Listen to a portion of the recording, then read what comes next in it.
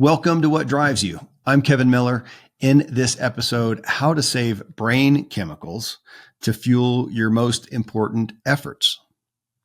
Sometimes an analogy comes along that just clicks for me. It takes information that I may have heard before, but helps it really drive it home so I can integrate it into my life. Well, that's what happened with my guest in this show regarding the brain chemicals that fuel drive and motive. So TJ Power, he's a neuroscientist and innovator in the area of mental health.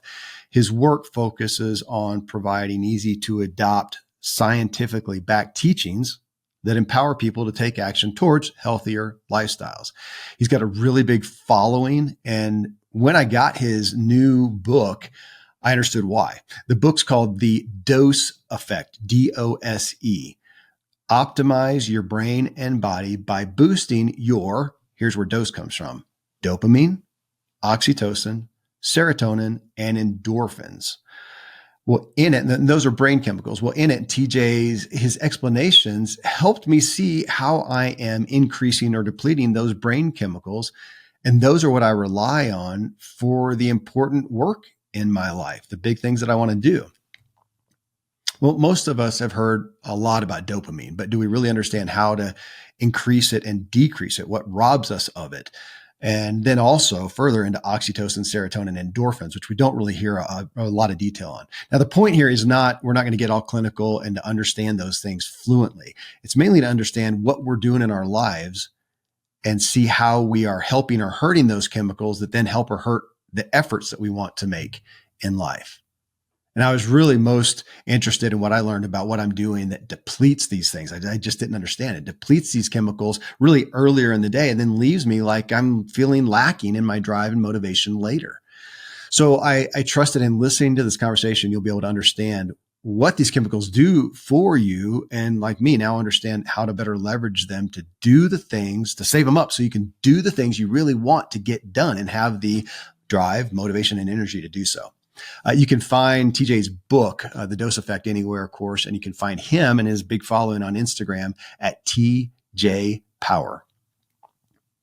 Hey, when I'm not having conversations about human potential, I'm working directly with people on their human potential. I just spent a little bit of time going through a client's working genius report that I talk about so much and how that relates to the business. He's really trying to find his kind of a new direction in next step for him. Find me at kevinmiller.co. Here are a few sponsors. They help make the show possible. Then drive with me as I talk with TJ Powers and how to save up these brain chemicals, understand them, save them up to fuel our most important efforts. Let's see what we can learn for ourselves today. Hey, TJ, as my audience knows, your topic here is so up my alley of interest, and I talk to it a lot, though I don't claim expertise. So when I saw, the aspects of, dopamine and oxytocin and serotonin and endorphins and the things that we kind of throw around, especially dopamine, and some of your takes on it, I was just intrigued, and that's really where I'm going to dive in. But thanks for being here. I'm just eager to learn. Amazing. Thanks for having me, mate. And yeah, excited for this conversation. I think these brain chemicals are becoming pretty famous in the modern world and they're slightly misunderstood. So hopefully this can demystify things for people. Well, I would agree because I feel like even in reading your book, I have been misunderstanding them somewhat. I saw a post, one of your social media posts, and of course I had read it in the book, but then I was really helped to see your social media post on kind of the teeter-totter.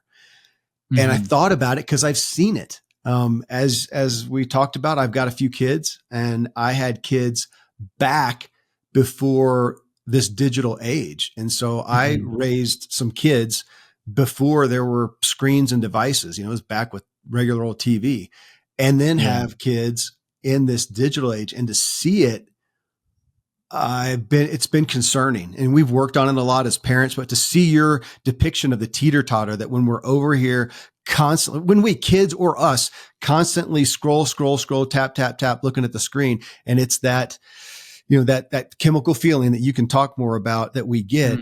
The only alternative is kind of drudgery. Crap, back to the real world, and it's a downer. And that feels hopeless. And I feel like you kind of put that tangibly in our face. Yeah, I think this idea of this teeter-totter, this what we call in neuroscience the pleasure-pain balance, is very interesting when we look at how we engage with technology, because my whole approach to neuroscience is looking at this protocol called evolutionary mismatch, this whole area of research called evolutionary mismatch, which is the idea that our brain spent hundreds of thousands of years evolving as hunter-gatherers and then has spent 30 years or so becoming sedentary digital humans. Yeah. And when we look at how the brain evolved, like, it was designed to experience a lot of pain and actually experience reward when we did painful things. So we had to scratch rocks together and make fire and hunt and build shelter and survive as a group. And therefore our brain had this like seesaw mechanism that when we experienced pain, pleasure would arise in our brain to try and reinforce, keep doing these things so you don't die as a species. And that mechanism was great for our survival. And the seesaw has now tipped the other way in the modern world. And when we experience too much pleasure, like if a hunter-gatherer decided, I'm going to opt out and just have sex with my girlfriend and do nothing for this group and only have pleasure, the brain would start to create pain and discomfort for them to try and say, get back to work. And in our modern world, when we're just like scrolling our phones or eating too much sugar, we're having a lot of pleasure. And this survival mechanism in the brain is creating pain for us, discomfort, anxiety, low mood, to try and say to us as a society, like, don't only do pleasure, do the hard stuff too. That, I don't know how long ago it was, TJ, that I saw somebody write somewhere, and it was kind of on the health and wellness aspect. And they said, don't focus on denying yourself, just delay. And it resonated with me because I find myself doing that. I'm going to put in a hard day's work. I'm going to do my exercise. I'm going to do whatever. And I'm always looking forward to dinner. It's about dinner time where you are. And I'm looking, I've already written down the ingredients I'm buying at the store today to make dinner tonight. And I'll have candles, and maybe I'll have some wine. I don't know. We'll have music, and we'll play a game, watch a movie. And I love that. And it's so much better than if I was doing that. Yeah, just pleasure. It's going to be that reward. I really like that and feel like, yeah, you're right. We've gotten away from that, and things just, what bums me out is things are not as pleasurable when we have so much. Yeah, because we're exhausting that pleasure mechanism. So it can't produce as much dopamine. Like the first time you ever like get drunk, for example, and drink alcohol, you get a humongous rush of dopamine, like when you're a teenager and you drink alcohol. And then it's like this gradual like chase to try and experience that feeling again. The same happens with pornography, for example. And what you're saying there is cool about delaying the pleasure. Like the objective here is not to then suddenly just only do cold showers and live in a hard world and not enjoy the modern luxuries. Like, it's cool what we've got, but in our lab, we call it earning your dopamine. So if, for example, you woke up in the morning and before you did anything hard, you sat down for that dinner and had your glass of wine, there's no way it would feel as pleasurable as if you did hard stuff all day and then had it at the end of your day. And it's so much better if we delay the gratification rather than just waking, for example, and heading straight into pleasure in our phone. I feel like I hadn't thought about it, TJ. I feel like being an athlete kind of helped, because that's for sure by proxy. I mean, you got to start off the day with discipline, getting your workout done, doing your training, whatever. And then it is, oh man, what a day. And the pleasure is awesome. Matter of fact, I'm getting ready. I'll talk to this. I'll be sharing this. I'm going to an event in Colorado with, I don't know, a few hundred people, all adventurers. It's this big ski gathering with folks. And the day will be all this extreme activity. And then the night is food and drink. And they will do a lot of food and a lot of drink. And it's really a great depiction of that. But then I know a lot of the guys will go back, and then the day to day is just, more pleasure. It's just, we don't do as much. And it reminds me of Michael Easter's comfort crisis, that we're hurting ourselves with the comfort. This is another, I hadn't looked at it this way, and you're showing us that, it's actually, you can watch the chemicals. Yeah. I mean, you just have to imagine that for 99.9% of human history, we could maybe experience an elevation, like a real elevation in dopamine, like 2 or 3 times a day, like a moment that we found some food, a moment that the fire was lit, and a moment like the shelter felt really safe and we'd constructed something. So maybe 3 hits a day. In our modern world, we're getting like 200, 300 big elevations in dopamine a day. Like every time we open our phone, every time we eat the sugar, if you look at anything pornographic, any drink, and any like alcoholic drink. And our brain just can't cope with that much increase in dopamine. So like spacing out the interaction with quick dopamine is important. Is it the same though? That was a question I had, even as I read, and I know there's the different chemicals that we can get into, but I'm wondering though, are we really getting more, or are we getting more but shallower? Kind of like the idea of, before we would have, back in the day, you'd have cake once a quarter for somebody's birthday. And now we in essence have cake, every day. And we don't enjoy it, but maybe that's not even a good analogy, because I'm feeling like when I am out doing hard work, and I live on a bunch of land, and we chop wood out here and cut wood. Nice. That I love the workout. And then I also just love, oh my gosh, I look around and the deep abiding pleasure. It's almost like the slow burn feel good is really better than any quick thing I could do. You actually mentioned sex a minute ago, and I've been around a while. I've been married a long time, and I realized the point where I don't even want a quickie. If we're gonna do it, let's have an event here. Let's have a proper experience. And that proper experience is so greater to me than porn or a quickie or masturbation, to be frank with it. And so how does that relate to this? Are we getting these little bitty doses and they're not even as good as the big slow burn if we would wait for it? Yeah, so good. Such a good question. And it is nuanced, this, like the sex situation. Like if you just met someone at a bar on a night out and very quickly like had sex with them, you'd experience a very rapid increase in dopamine.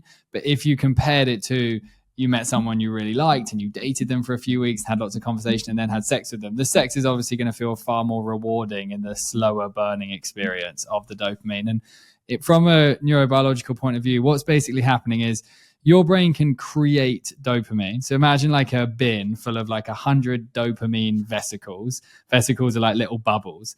And it wouldn't be specifically 100, but this will help it make sense in the mind.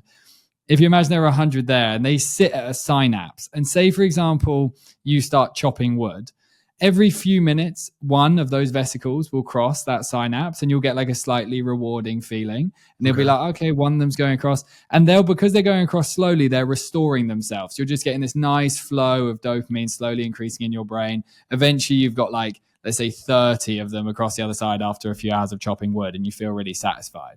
In an alternative scenario, say, for example, you open your laptop and put on pornography, what happens is 100 of those immediately flood across the synapse. So you like immediately experience this massive amount of pleasure far quicker than chopping wood. But the problem that occurs is that means the storage tank that had all that dopamine in is now empty.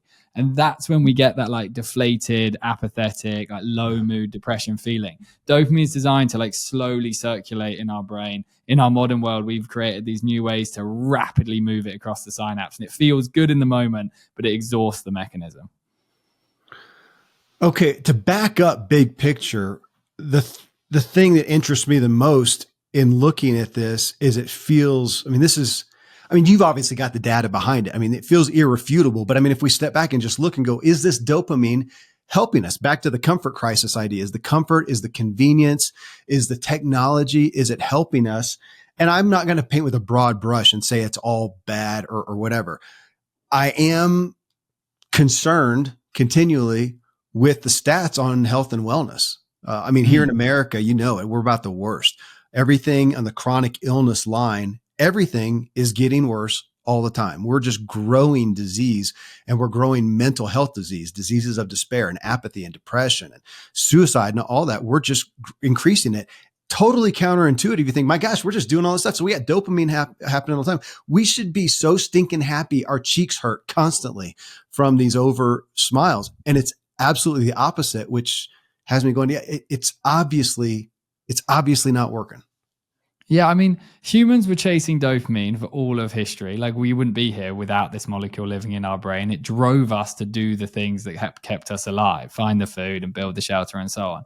And we have always pursued comfort for 300,000 years. Like, we were always trying to build a better shelter and find an easier way to provide ourselves with food. That was like the advent of farming 12,000 years ago, for example, was a big step in that right direction. The problem is literally in the last 30, 50 years, we've tipped beyond that like earning dopamine experience to just complete abundance of everything. And I think when you look at health and wellness, the two massive changes over the last few decades are the food system and our phones. Like Yeah. there was Hmm. for a long time pornographic type concepts. There were like brothels before pornography, and we've had alcohol and we've had smoking. We've had sources of quick dopamine before over the last like 500 to 1,000 years. But really in the last 30 years, we've created ultra processed food, which rapidly increases dopamine and crashes it out. And we created the phones, which ever since like COVID and all the short video form like TikTok has been invented, those two items, the ultra processed food and the phones, like are really creating difficulty for our brains. And there are solutions to these challenges. But TJ, that one I saw acutely. So we worked to do. We were late adopters of phones. We didn't give our kids, phones. I've got kids right now living here full time that are a kid and a grandkid that are 12 and 11 years old. They do not have phones. Doesn't mean that they're not on screens. We have to monitor it and budget it and, do whatever. But some of my older kids, I realized that the movie night that used to be such a big deal. Oh my gosh, there's a new Marvel movie, there's a new whatever. And we sit down and we're just entranced. We're sharing the experience and oohing and on like you would at a theater. It's great. And then little by little, you notice the kids are watching their phone. Some of them watching the phone. The dopamine, the slow burn of the movie wasn't as good as the phone. So we obviously ditched phones, and then the kids, we talked about it and they understood it. So we don't do that anymore, but it's such a powerful depiction of even the thing that used to be so entrancing. A new movie was not as intriguing as the scroll to see the next, Instagram feed or whatever. And that kind of hurt my heart, honestly, to see that. That is such a good depiction of what's happening and this like tolerance that we're building to very large dopamine activities. And if you take it back to that scenario, let's say one or two vesicles crossing the synapse with dopamine when you're chopping wood.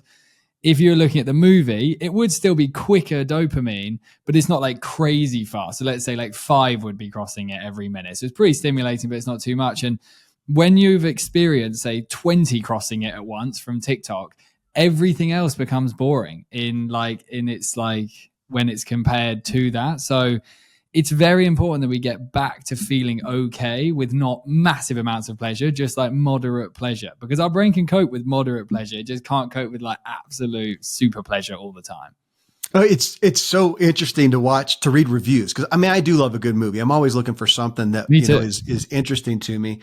And if one says it's kind of slow, I realized, okay, that means it's my speed, because the new ones that are coming out are so freaking fast. I cannot keep up with them. I'm sitting there, the next Marvel superhero movie, and it goes on, and I'm like, somebody pause it. What's going on? And then they explain it to me. Yeah. Yeah. And if you compare, for example, Gladiator 2 to Gladiator 1, Gladiator 2 is just like a dopamine up version of Gladiator 1. It's like more stimulating, faster pace. Whereas Gladiator 1, like I watched Gladiator 1 a few weeks ago before I went to see Gladiator 2 because my girlfriend hadn't seen it and I wanted her to understand it. And Gladiator 1, you kind of sit there and for the first like 10, 15, 20 minutes of that movie, you're kind of like quite bored. You're almost just sort of chilling out and like grabbing the storyline. And that's how our brain is designed. Slow dopamine increase. Whereas Gladiator 2 is like, boom, you're in the movie. And that's because they know that's going to get your attention. I love Gladiator 1. We owned it back when you actually owned movies. And I haven't seen the second one yet. And we're going to do that as a family. Watch the first one, then see the second one. It's a good movie. I'm not saying it's not a good movie, but you'll notice it's more dopamine-y. Okay. I expected as much. Well, talk about, you start the book off, and I wanted you to help again with my understanding, with our understanding of chemical imbalances, especially when we're talking about mental health. I'm going to try to be sensitive and not just paint with such a broad brush, but it feels like we look at mental health and again, apathy and depression and despair and whatnot, and think it's from this chemical imbalance that's just kind of floating in the air more than it used to, like COVID. Well, COVID's just out there, and we now have almost everybody has, we have these chemically imbalanced brains, and being on a med for it is not that uncommon. Again, I want to be sensitive to people who are dealing with that. I guess the question comes down, as so many do, to, are we caught? Is it just out there? Are we catching it, or are we causing it primarily? Which I know is sensitive.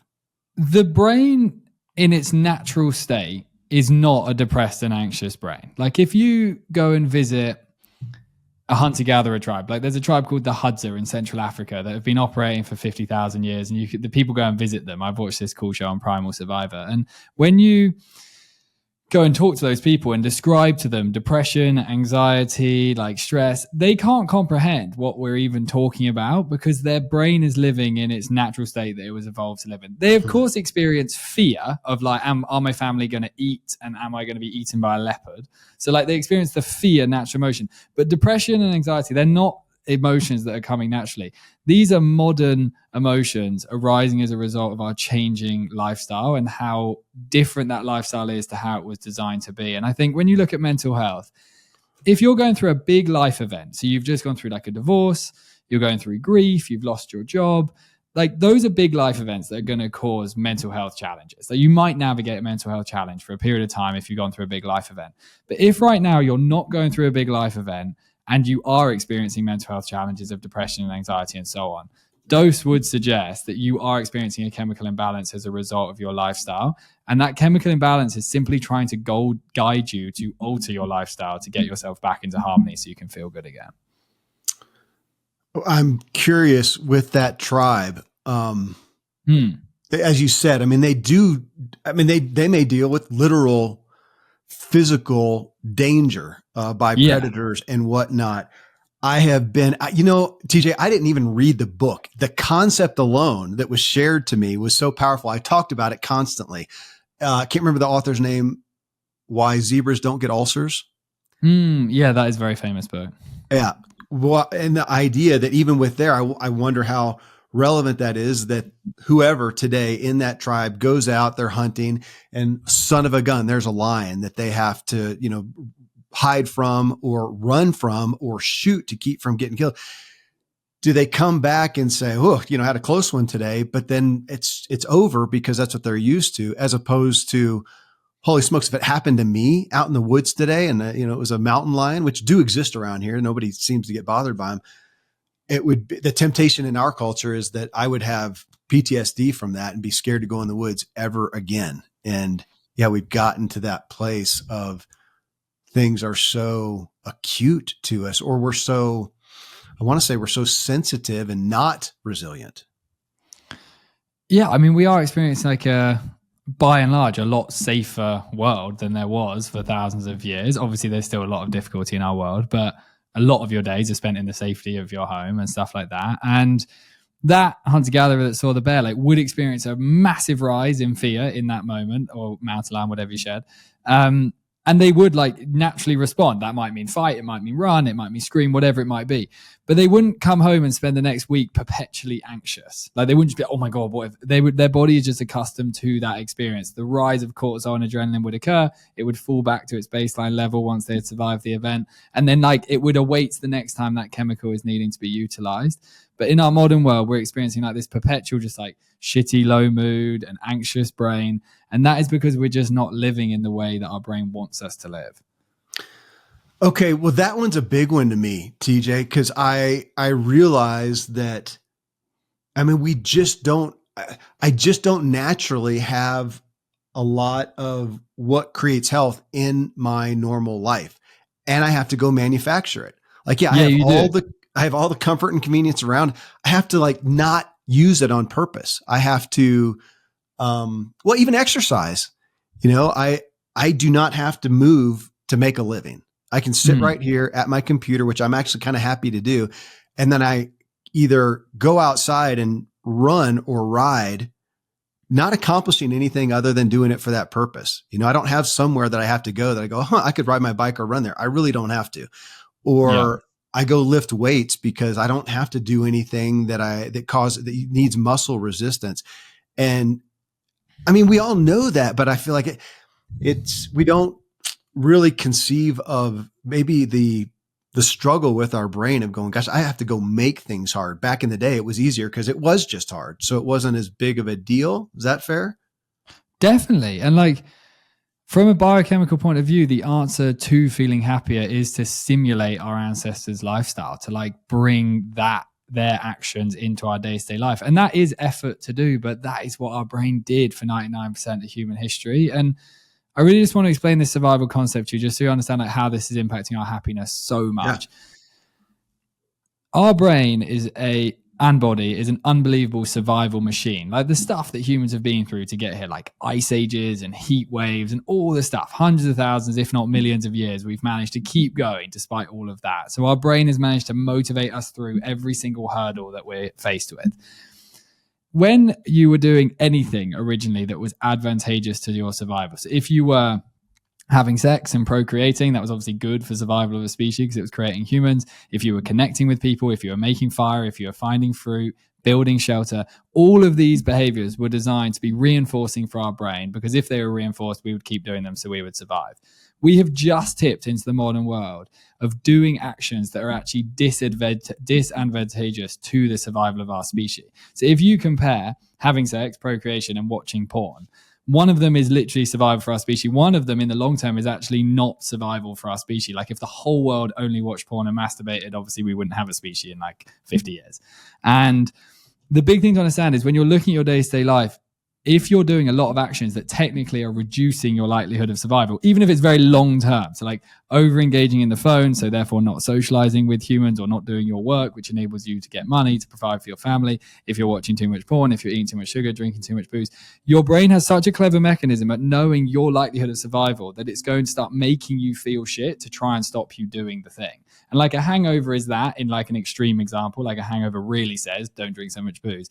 But humans are experiencing this from all of our daily actions. And we're trying right now as society to receive a message from our brain and body saying, this isn't quite the right path for society, what we're currently on. And that message is being sent in the form of depression and anxiety to us. And if we start hearing the message and readjusting how we're approaching our health and our day-to-day life, you rapidly see a difference in your mental health.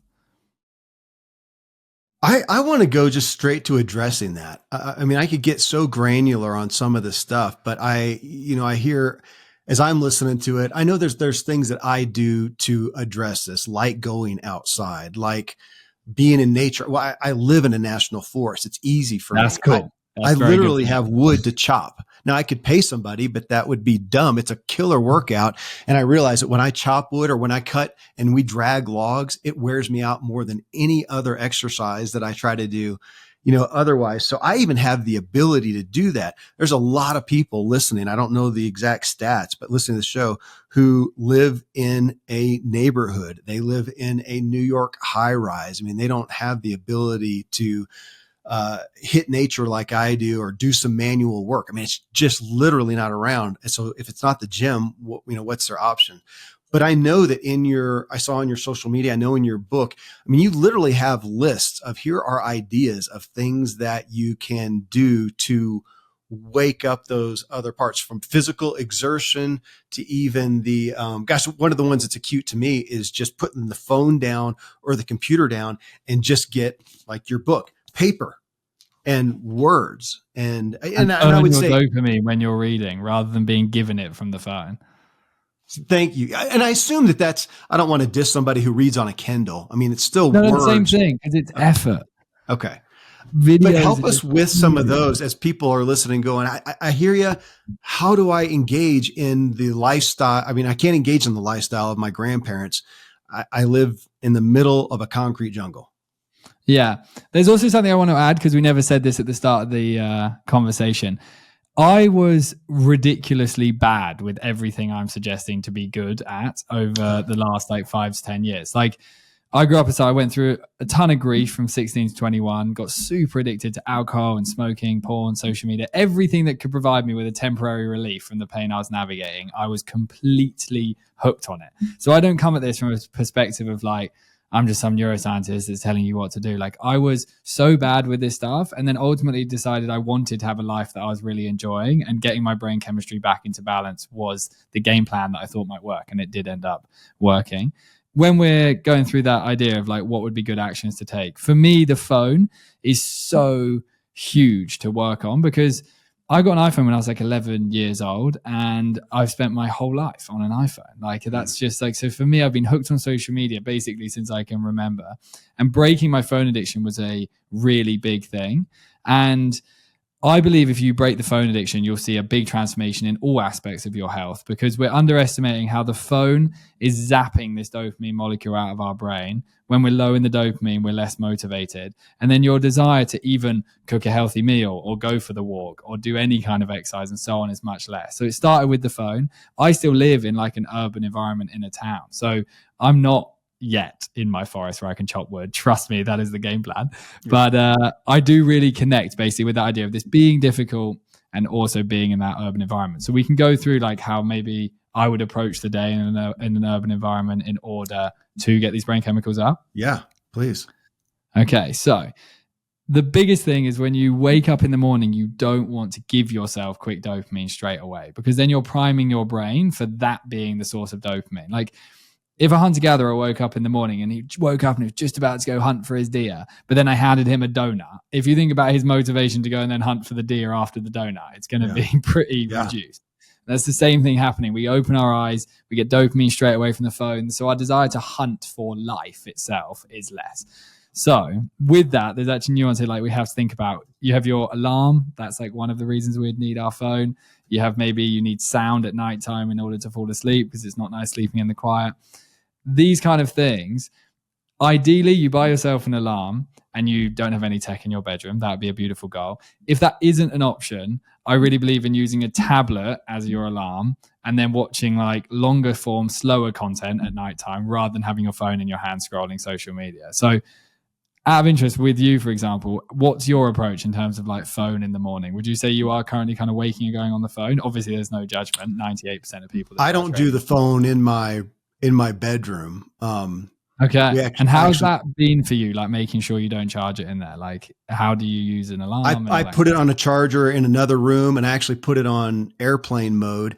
And it's hard. It's a little difficult because I've got kids, and sometimes they're not home and I let them know and I struggle with that. We literally have I don't even know what you call it, a landline at our house just for that, just in case that the phones aren't working, that somebody can still call and there's an actual ring. But I keep it out of the house. And we used to use a noise machine. Now I use like a wax earplugs.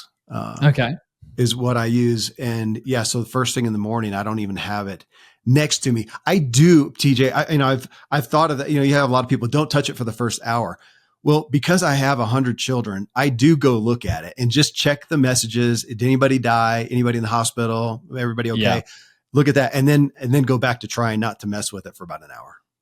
And do you find once you is that iMessage or WhatsApp or something? Is that where you would check? iMessage, yeah.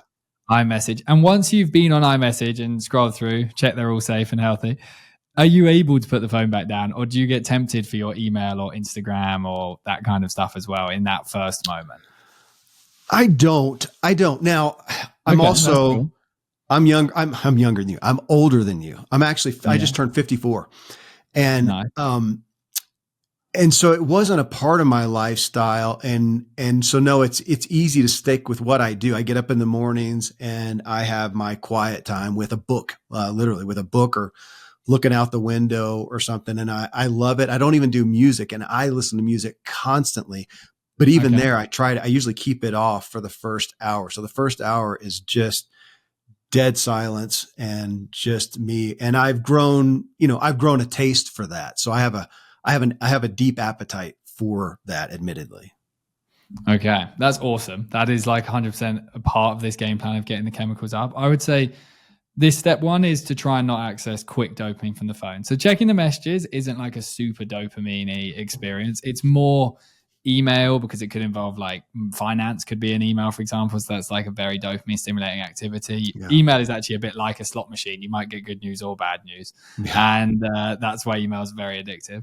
And then we have like social media would be really stimulating. So for someone in an urban environment, the best thing you could possibly do is wake and try and see sunlight before you see social media. That would be such like a great way if you could have that as a rule in your head, and kind of counting all the messages like emails and social media together. So if you could wake, maybe immediately go and brush your teeth. So you got some dopamine building from a boring, slow activity. Go to the bathroom. If you do like showering when you wake up, shower, and then step outside. You don't have to go outside for long. Like you can leave the apartment block, walk for 5 minutes, come back inside.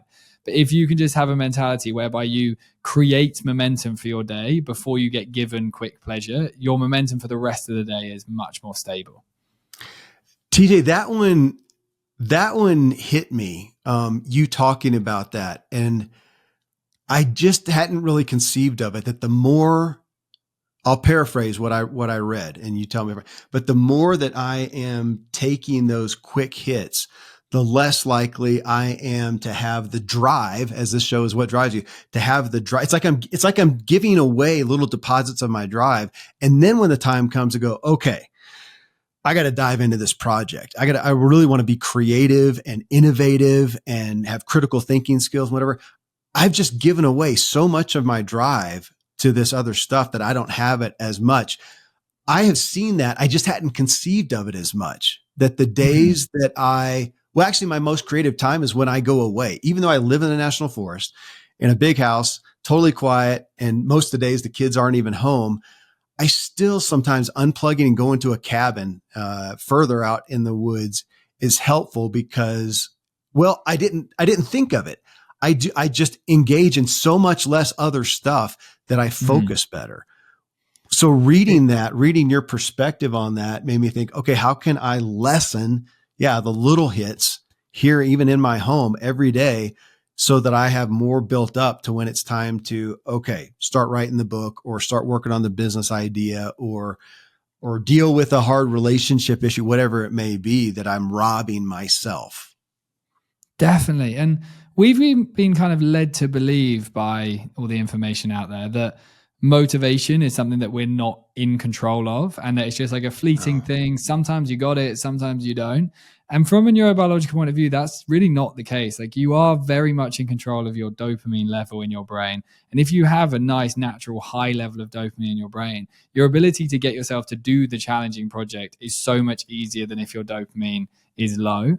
And when I was writing this book, for example, like I grew up as a kid that was not someone that was going to write a book. Like I had a nightmare in school. I just couldn't really focus in school. I was constantly getting kicked out of school, and it was just not a format of life that I really thrived in.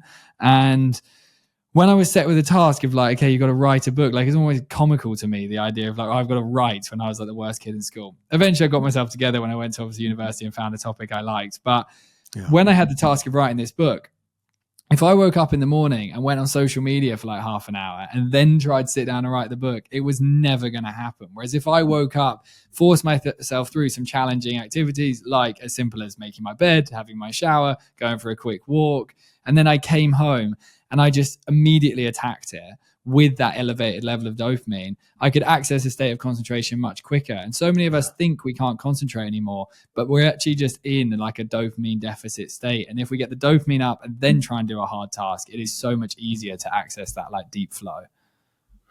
Man, TJ, that is my motivation. That's what creates my motivation to not imbibe in the evenings. If I imbibe, whether it's alcohol or foods that bother my sleep, and then I don't sleep well, I know the next day I'm out of luck. I mean, to be creative, and the best I can do is just busy work. Yeah. Deal with emails and chores and whatever, but I can't be creative. Well, my work is creative. That's the motive that keeps me from it. Otherwise, I'm a celebratory guy. I'm an excessive guy, and I would eat the wrong things. I would drink too much. I would stay up too late. I would whatever, but it is that consequence. Otherwise, I would not stay in line. Yeah. And I think when you are a creative person, the unbelievable level of satisfaction you get when you're in a deeply creative state and then you successfully accomplish building or creating something that you're really proud of, that's such a magical state. If anything, it might be one of the best states you can possibly have as a human, that deep concentration and satisfaction. And if I take something as nuanced as pornography, for example, I started watching pornography when I was 13, 14, found out it was a thing, searched it online, started watching it. I thought nothing of it. It's just a activity I could engage in that would give me a load of pleasure. And then when I got to 22, I suddenly thought like maybe I should see what happens if I don't watch this. And like every single man I know in the world watches it. So I thought like this is weird to even consider not watching it, to be honest. And then I started like doing this experiment with myself where I wouldn't watch it for 7 days and I would carefully observe how creative I was in my working days. And I saw such a direct correlation between whether I'd watched porn the night before and then how productive I was with my work. And then I was like, wow, this is wild. So I started telling some of my friends, like, can you please just do this experiment for 7 days for me? And they're like, oh God, what you got me doing now? But I was just like, can you just try it? And the feedback, particularly from men, but women experience this too, is so huge. Like the porn is crashing our dopamine. Then we wake up in this low dopamine state and then we can't like attack life at our full capacity. And I find my motivation to resist my massive desire for pleasure, for alcohol, for partying, for all the crap that I would love to do. My motivation comes through the desire to successfully fulfill my creative ability. It almost makes me think we need this. We need a movement of like elevating a primitive lifestyle to some degree. Sure. Just like, gosh, when I was, back probably when I was your age or younger, maybe even, it was in the business world, people talking about, I only sleep 4 hours a night, man. I am productive. And it's been really cool to me to see that shift. And now people brag about, no, I get 8 hours at least or more. Totally cool to see that shift. How cool would it be to see, oh my gosh, no, I budget my phone time to, I don't know, an hour a day. And I spend this much time outdoors. And I have that written right in front of me. You said in the most in recent history, we spent 85% of our time outdoors.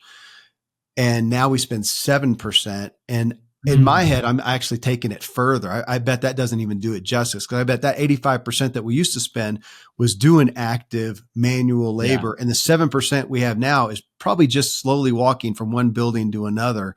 From your building to your car and then back out. It's not even, I was surprised it was that high actually. Cause man, without taking into account all the like sport that kids are playing and like all the golf people spending all day outside, like it's taking into account massive averages. But there are some people like in our research at Dose Lab that are spending 0% of their time outside. Like they're getting all their food delivered to their house, like their supermarket shopping, and they work from home and they've kind of stopped exercising and they're just pretty sedentary. And again, I'm not judging people for being in this state. That's just the world that has been potentially set up. We didn't create it. We've just been born into it. But that's not a lifestyle that's going to lead to you enjoying your experience. So like, it's really important to start considering some subtle shifts. Well, I got a new business idea for us. It's called human greenhouses. Okay. Can you imagine like even a park somewhere? And, because there is weather, there's rain, there's hot and cold. And, for me, like you probably, I do need to be on my laptop a decent part of the day and I'm working and stuff. I actually try to do it outside of my house as much as I can. But imagine a greenhouse, it's windows and you're out and there's trees and you get to see the wind and you have the sunlight on you and whatnot. And yet you're still doing your work. It's kind of artificial, but it's better what we got going now. At least closer to the direction we're aiming for. Agreed. And that movement you mentioned, that is my life goal. That's what I've been in the pursuit of for the last 5 years, moving people towards these ancestor type habits. And we've built this massive dose community around the world of people that really want to live what I call the dose lifestyle. And hopefully over my 50 or 100 years of working at it, depending on how healthy I am, how long I get here, I'll make a bit of a dent in that. Well, I hope so too. I do want to do justice a little bit to dopamine, to oxytocin and serotonin and endorphins and how we look at those. Cause I think I actually reading your stuff, I thought, even I think that I know about it, but I'm still novice in that. Dopamine, I think we're used to hearing that at some point. You get somebody like Simon Sinek, and he had the video on dopamine and kids on screens a few years ago that went viral. And I think it helped make, people realize, the phone, we get a little dopamine hit. That's not all it's cracked up to be. And what is the point? Reading your thing, even there on dopamine, that you said it's the motivation and attention chemical. I didn't think about it that way. So the benefits, I like the benefits of that. And then you do a list of what are the things that are robbing us of that. So first off, just give us the definition of dopamine. We get it from doing X and it is beneficial for X. Give us just the simplest terms you can. We get it from doing any activity in the world that is hard but satisfying. And the benefit is you're going to be more motivated for life. Okay. And then though it's robbing us, and I actually took your list. You said that I think this was your main list: sugar, drugs, which I guess alcohol's in there, porn, as you mentioned a bunch, social media, gambling, and online shopping. That one was interesting. I don't think about it enough, but then I kind of thought, holy smokes, how many things do I buy per day on Amazon? Oh man, we're getting hooked on the shopping. All of us are, men, women, everyone. And it's like little dopamine hits. What made me really think of it also was, how many times do I go see when the thing is going to be delivered? And I thought, I'm obviously anyways, those are the things that are robbing us. And what are maybe I missed this. Do you have a list of what are the main ways that we can get the healthy dopamine? Yeah, so we have 5 here of things that would be amazing to do. The first one is what we call phone fasting. So that's prolonged breaks from the phone, physically separating. Second is discipline in your home. All the annoying shit you have to do around your house, emptying bins, dishwashers, cleaning the kitchen, changing and washing your bedding. All of that stuff is so good for building dopamine. So if you can reframe it as not just an annoying task, but actually something that's good for your dopamine and raising your dopamine naturally, that's great. Cold water immersion is awesome. That's obviously become very popular. Ice baths, cold showers, swimming in cold water, that kind of thing. Then we have what we call My Pursuit, which is a broader topic that we go into in the book, but it's very important for your dopamine that you have some kind of objective that you're progressively working towards and getting better at. And for many people in the modern world that experience extreme success, maybe like top level athletes, top level musicians, celebrities, or even people that win the lottery, for example, and become a millionaire overnight, many people that reach the absolute pinnacle of life can experience depression afterwards.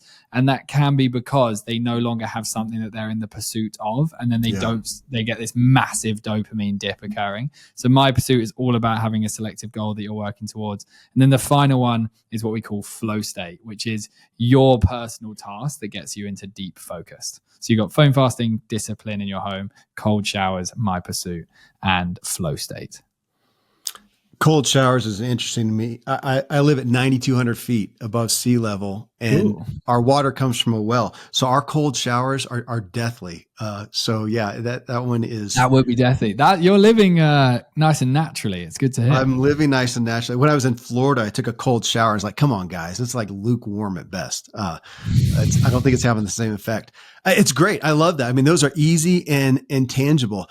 I want to go to the next one, oxytocin. That's one that really none of the rest of them do we hear much. Even in the arena that I'm in, I don't hear them talked about specifically. So it's literally, keep looking over here because it's on the front cover of your book. And oxytocin, you call it the relationships and confidence chemical. Explain that.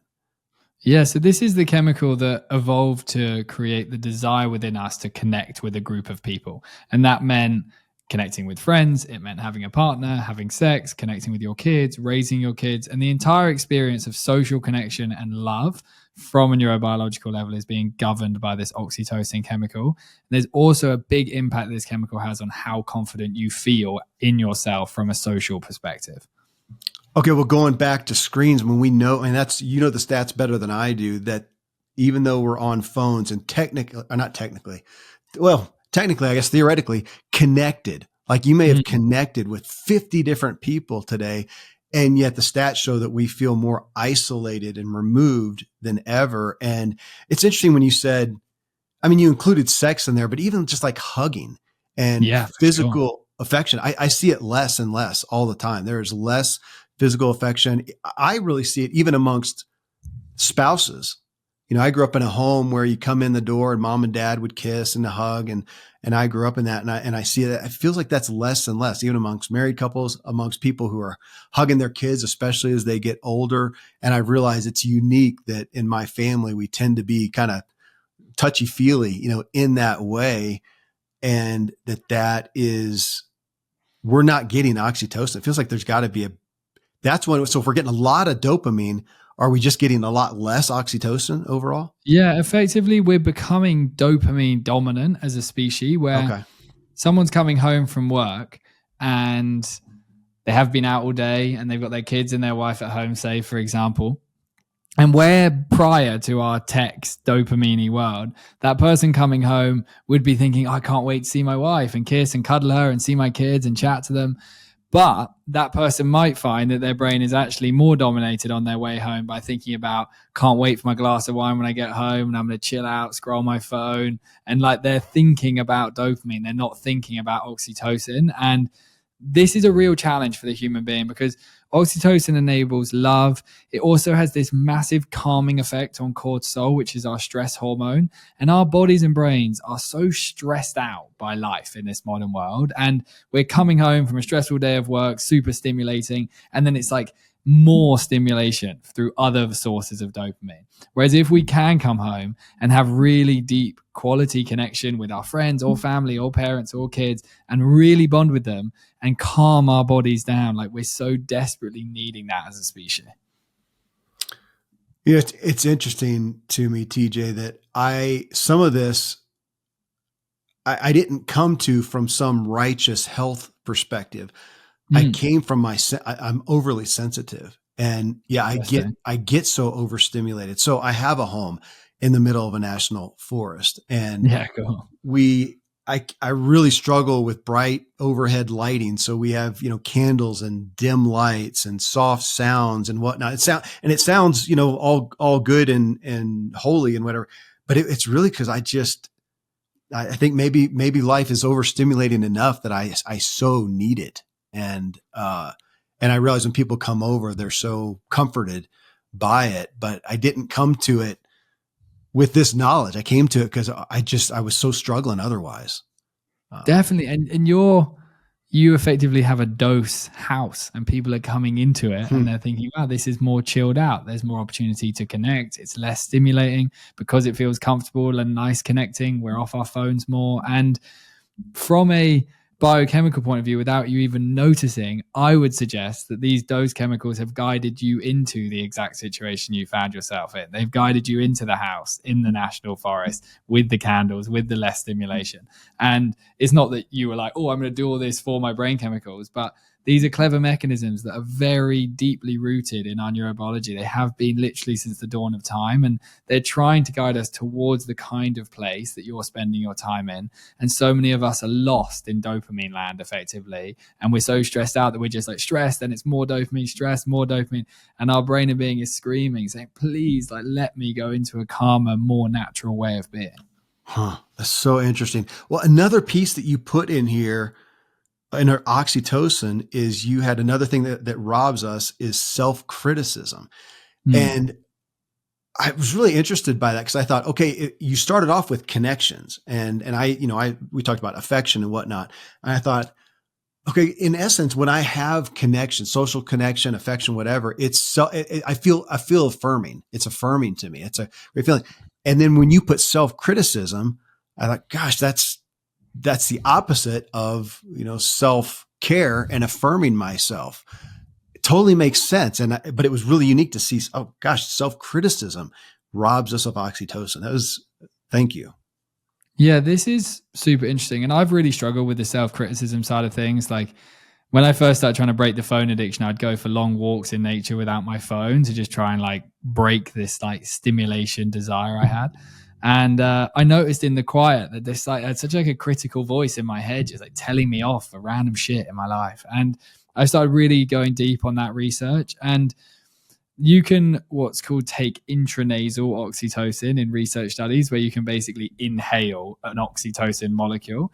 And so a similar effect would occur if you hugged a human being, but this is just like a way of researching it and just seeing what happens with oxytocin. And as soon as like anxious human beings take what's called intranasal oxytocin, immediately the way they communicate with themselves in their brain about themselves begins to improve, which is crazy. Wow. And when you actually like roll this out, think about how this affects us in our day-to-day life. If we're someone with really good connected relationships, like a good bond with our partner or with our kids or with our friends, and we have high levels of oxytocin, we're going to be more affirming to ourselves in our brain about who we are.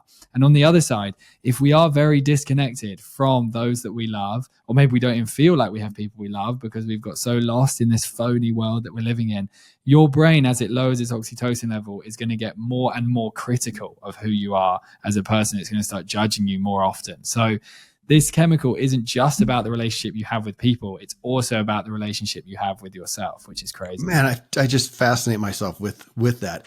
Go through then. I'm actually looking at the list. You have, just like with dopamine, you've got 5 things that add to our oxytocin. Go through that list for us.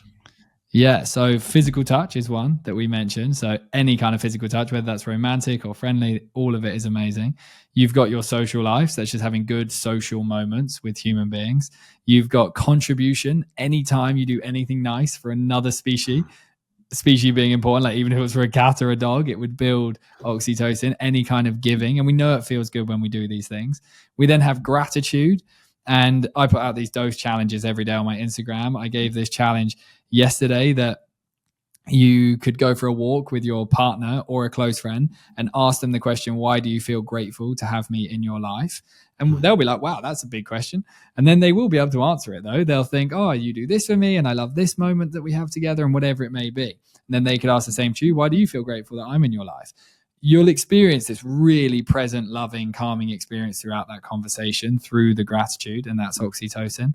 And then the final one is what we call achievements. And this is really to work on that critical voice in the head, which is this concept of learning to celebrate progress rather than only criticizing yourself for what you're getting wrong in life. And that means a daily action of just thinking like, okay, like what is one thing today that actually went to plan? It might be a walk. It might be a nice moment with your wife. It might be that you got off your phone for a bit longer, or you got in sunlight, or you ate a healthy meal. But we need to train the brain intentionally to actually acknowledge the good moments and not just criticize the bad. So much of what we're talking about here for me fits under the achievements. I remember, I don't know how long ago that I realized how important it was to me to do the things every day that make me, in my vernacular, that make me feel proud of myself. Like to go exercise, to eat clean, to not do some damaging, activity, but to cook a great meal. And I realized even if nobody knew, I just feel better about myself. Again, we're back to kind of the affirming aspect, that it's so helpful. And actually there was a time when I saw it with a kid or two and realized there's nothing during this day that they did that they feel good about. And we talked about it openly. And so it's become part of our vernacular. So it's really cool to see it here as part of your neuroscience. Yeah. And even that question there, that's a great question. Like if you were sitting around the dinner table tonight with your kids or your partner or something, and you said like, what's something you did today that you're proud of? That would be such a good discussion to have. And if there's literally nothing, like that is also a good thing to consider. Totally. Like maybe I should add some actions in, but I reckon it's very likely that you did do something today that you are proud of. It might be something small. And if your kids were at school, they might have had one class that they felt like they did something cool, whatever it might be. They might have just been nice to one of their friends, but celebrating what you are proud of. It's a really key action to not just like go by the wayside, but consciously recognize it.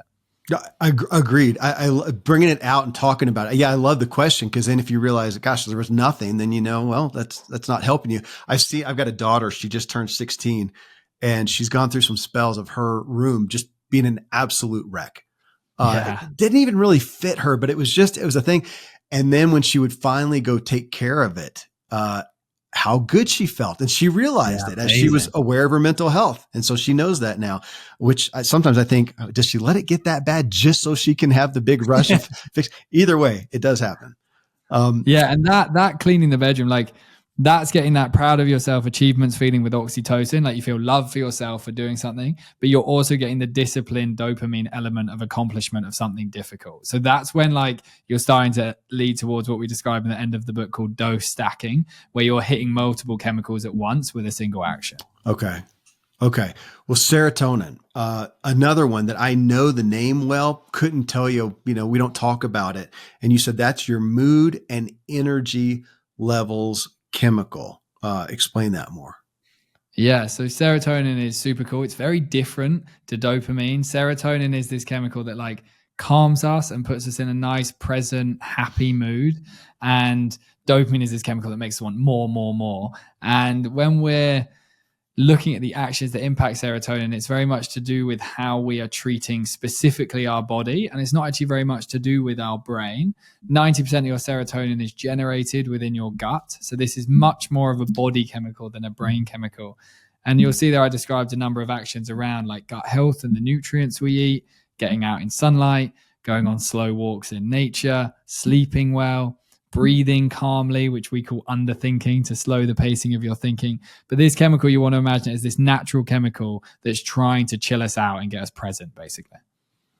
And that one, you relating to gut health, I mean, I think most anyone listening to this show, and we've done shows on gut health. I think we had probably a year ago, I think we had Dr. Will Cole on his latest book, which is called Gut something. I don't remember.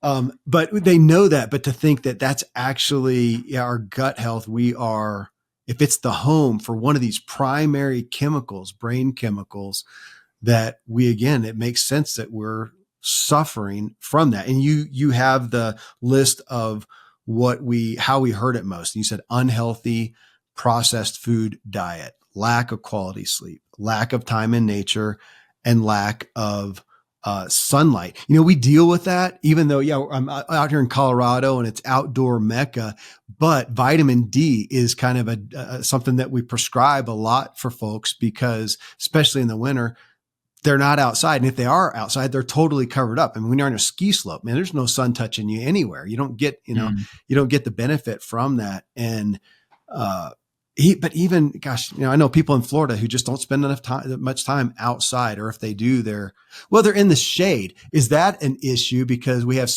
now we've kind of made the sun the enemy, right? You're going to get cancer. You're going to get skin cancer. Get out of the sun. Yeah, I hate that. Help us with that, because I still see not a real educated populace on healthy sun. Yeah, I mean, there is healthy sun. Of course, like I'm not a cancer physician. You don't want to burn your skin. Like that is obviously not a good plan, and that can cause lots of problems. But humans for thousands of years, literally, if you just look into all the wisdom of our ancestry, we had such a relationship with the sun. We had sun gods and we used to pray to the sun. And like the sun was a big part of our evolution. It obviously created all our food. It creates all the nature. And we are a part of nature. And it literally recharges our brain and body. Like I almost imagine the sun when I'm outside as like me being an iPhone and the sun being a wireless charger, and it like filling my body up with this serotonin molecule that's energizing my system. And one thing I would say is when you look into the research, it doesn't have to actually be sunny to get an increase in these chemicals. So if, for example, it was cloudy, it wouldn't be as efficient. Like it would almost be like the difference between drinking a beer versus having a glass of vodka. Like if it's sunny, it's going to be more effective. But if it's cloudy, the beer is still going to get you feeling good. The sun is still going to have the benefit. The daylight is still going to have the benefit to your serotonin. And I think for lots of us, we've just kind of like started to think, oh, that's not that important. Like I don't really need to go outside. And as you said, there's not like a survival reason to even bother going outside now. You could just stay inside all day. But it's really important to start considering these ideas. Like our brain chemistry deeply needs this. There was this massive meta-analysis study in the UK where meta-analysis means combining this load of studies, and they put 85,000 studies together on mental health. And they found the greatest predictor of human mental health with 85,000 studies was quantity of sunlight per day. That was the factor, which is like so crazy. You think that's way too basic, but these things are really important. Like as we shared earlier, we spent all our time outside originally and now we spend none. And our whole neurobiology just like evolved for life outside, and starting to add into your day, like short walks. And on the weekends, if you have more time, big walks, like these things are so important for these chemicals. For some reason, I think I got counseled by somebody on kind of the grounding idea, as well. Cool. So I think about that I'm so privileged that we have a concrete floor that's about 3 inches off the ground. And so just stepping on it barefoot is grounding. But there are times when I'm at other places and whatnot, and I'll think, okay, can I get out today, get some sunshine? And I'll literally, if I can't go barefoot, just stick my fingers in the dirt. And let's go. That's good, man. I want to think that it's just like this great feeling. Sometimes I think maybe it's placebo. Either way, I don't care. I just believe in it. It's not placebo. Like, we as a human being are positively electronically charged, and the earth is negatively electronically charged. That's physics. And when they come in direct contact with one another, it neutralizes our electronic charge. And you immediately see in neuroscience that the heart rate slows down and the blood pressure reduces and the body calms when it makes direct contact with nature. So it's not just like some random thing. It's literally, we were designed, obviously we walked barefoot for a very long time. Like, when you look at these hunter-gatherer tribes, they're not wearing shoes. And these little subtle things, like, all of them are layering up to, as you described earlier, like, are we just kind of catching mental health problems? Like, is it like COVID? Like, I like that idea of like, is that what's happening? But all these subtle things of sunlight, of whether we're making contact with the earth, of the phones overstimulating us, of our diet change, they're all adding up to an experience that's ultimately leading to us feeling crap in our brains. And if we start like readjusting and getting those original actions back in, transformation happens very quickly. Gosh, it's so helpful to understand it, because some of this stuff, I feel like I learned, and I didn't know. I mean, even that, the grounding kind of idea, we built this house, and before then I wore shoes all the time. We were on wood floors and I had no idea. We moved here and I wore shoes. The concrete's cold sometimes. And then I hurt my foot and got introduced to the barefoot running kind of idea. And one of the ways to build up to that is go barefoot. So I go, okay. So doing that. And then I realized how it was almost like a craving to put my feet on the concrete. And I didn't know. I didn't resonate until the grounding idea. I thought, oh, my body was getting something out of it and I didn't know. And I love the natural, like it wasn't, even without knowing it, my body experienced it and desired it. And you don't, gift. Our instinct already wants all this dose stuff. Everything I've described, like the instinct is already screaming out saying, please do this stuff. It's just, we're not bothering. And even something like the bare feet on the ground, like in the morning, my girlfriend and I love playing Frisbee. We discovered this like a year ago, like just throwing a Frisbee like 20, 30 meters to each other, like just really good. It focuses us. And in the morning, we'll walk to the park and she hates doing this because it's too cold, but I can do it in the winter. And I'll wear like sandals and walk there. And when we get to the park, like I'll do it barefoot and like my feet will freeze against this grass, but like I'll know that that's good because it's painful for my dopamine and then I'm grounding for the serotonin. And suddenly my whole day, I come home and I'm like, yes, I feel good now. And it's like simple stuff.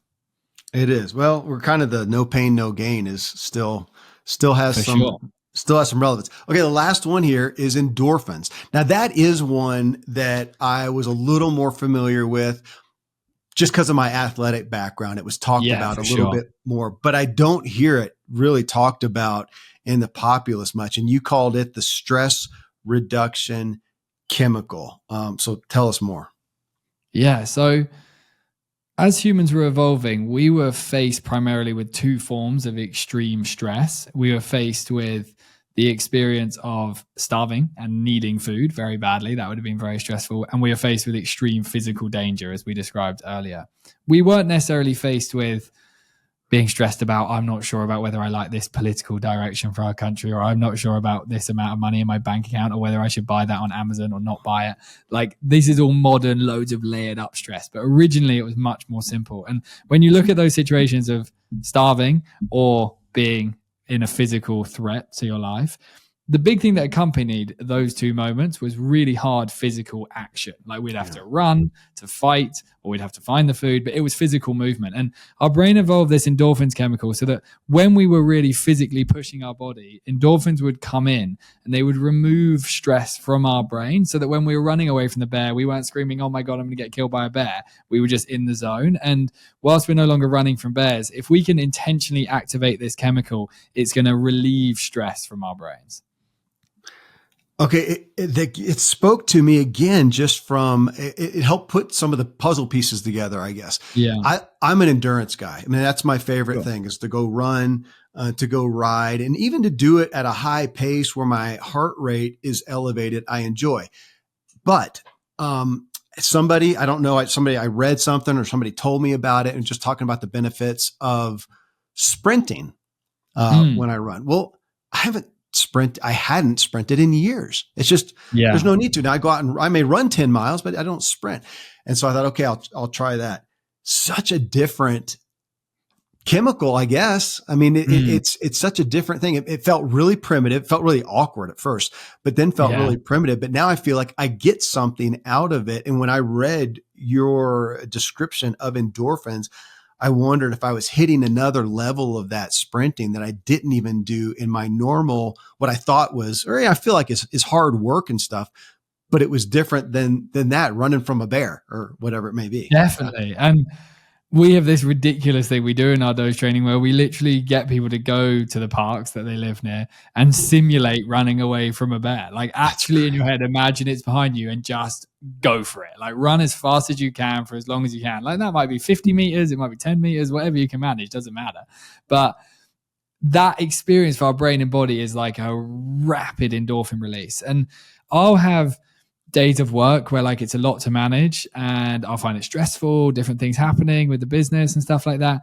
And I'll always know that like if I've been really stressed out, originally my solution to that was like I'm going to have 2 or 3 glasses of wine, sit on the sofa, watch TV, scroll my phone. Like that was my solution for like a decade. Yeah. And now with this understanding of endorphins, I'll like take myself to the park, or if it's dark, take myself to the gym and just like sprint, just force my body through like intense physical activation. And in my head, that's not what I want to do, but I know the aftermath of it is it's going to literally like relieve stress from me. It's going to like take it out. And so much of the time now we're getting stressed out by life. And then our body evolutionarily is expecting this big exertion of exercise because that's what it always did for hundreds of thousands of years. And nowadays we just get stressed out and then almost just contain it, like almost just like push it into our body and don't let it get out. And we need to release it basically. Huh. Again, I just love the information. It helps. I actually went after the sprinting, really just thinking about the physicality of it. Cause I thought, I see a lot of guys people running and they're 90 and they're doing a 5K. It's so cool. And they're also just shuffling along. They can hardly get out of a chair. And I'm thinking, I want to do so. That's what, so do some burpees, do some sprinting, do some of those things that are more active. And then it was after that, kind of like the grounding thing of realizing, man, my body, there's something about it likes. Though I will warn anybody, don't go out and just start sprinting. You'll hurt something. Even me, sure. it was like, holy crap, I don't use those muscles. Yeah. Yeah, you want to be warming up your body. I was just on that as well with the sprinting. Yeah. But like from a body point of view, you're going to be better going up a hill. It's going to be much easier for your system to manage. If you just sprint on a flat or a down, it's going to potentially be quite sore on your knees and hips. So I would say pick a hill, and you don't have to like run at like super speed. Even if you just jogged up the hill the first day and gradually got into this stuff, it's a gradual process. But as you were describing there, it's tapping into this primal aspect of being a human being that we need to recover. It is fun getting down in a crouch and then just taking off. Or it got fun. It wasn't initially and it hurt, but yeah. Okay. Take us through the list then of the primary things that help, that cause the endorphins. Yeah. So we have the exercise, and that'll be whatever your favorite is. We're talking about hard physical activity there, whatever your choice would be. We've then got stretching. Stretching also has a great effect. Like people will have experienced a lot of euphoria from like yoga, for example, but even like simple light stretches every day are building this chemical. Obviously, the more you stretch, the more kind of painful it becomes, but you want to ease into it. Then you've got specifically music. And by that, I mean singing or dancing to music. And some people may have noticed that like, maybe you've been like drunk sitting around a fire and you've been singing with your friends, or maybe you've been singing in the car or something like that. You'll notice like a really euphoric experience arise. And when we really sing, instead of just like hum to music or listen to music, we really do physically activate our body. Our chest gets activated, our heart gets activated. So singing is ridiculously good. We then have laughter. Again, massive physical activation of your body if you really laugh. And then our final one is heat. So that would be any kind of hot environment, like saunas have become very popular now. Again, these are physically activating the body. Yeah. Okay. When I read that and I thought heat and stretching, I'm missing those. I just don't. I always said I need to stretch, but I just haven't enjoyed it yet because I haven't invested enough into it. And heat. Sorry. No, keep going. Yeah, go and stretch. I was just going to say, because I'm not someone that connected with yoga. Like I just didn't have it in me to be one of those yoga people. I think it's cool if you can.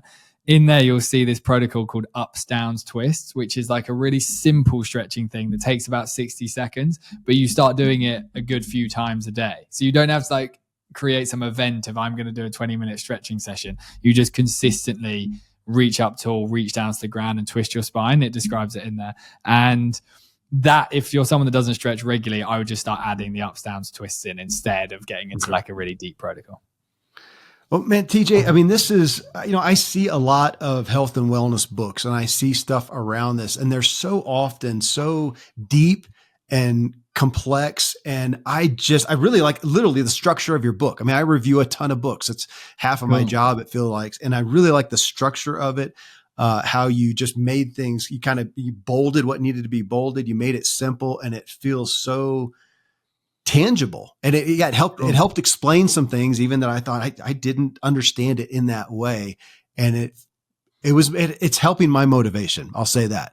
From my understanding and clarity. So I'm excited about it. That's why I wanted you on the show. I wanted to talk about it. And even just talking now, it's I actually got some stuff I want to share with my kids. That's awesome, man. And there are some, like, at the end of each chapter, you'll see there's a challenge based on each of these actions, and maybe you could try and do some of the challenges with them. I've actually been getting a lot of messages from parents that follow my stuff saying that they've been listening to it as an audiobook in the car on the way to school, and a lot of the kids are happy to listen and try the challenges out. So if you could do it with them, that'd be cool. That's great. Well, man, thank you for putting this together, for putting it out there. I'm honored to get the information myself, but also to get it out to people. I think it will be, it'll help people understand a lot of the stuff that we talk around, but don't really realize in how we can help ourselves with these chemicals. So, thanks. I'm a fan and I appreciate the guidance from my own life. Thank you. No worries. Thank you for having me on, man. Well, friends, thanks for joining us on this drive. Again, that is TJ Power. You can find him Instagram specifically at TJ Power. And then the book is The Dose Effect. Optimize your brain and body by boosting your dopamine, oxytocin, serotonin, and endorphins. And as I said in the show, I was really impressed. I see a dramatic amount of books that I review. Really impressed with how differently he put this together to help me understand and integrate the information. So, do you recommend it? Got a comment or question for myself, for TJ? Let me know. kevinmiller.co is where you can connect with me. And until next time, I hope this episode helps you drive further. And most of all, enjoy the ride. Yeah.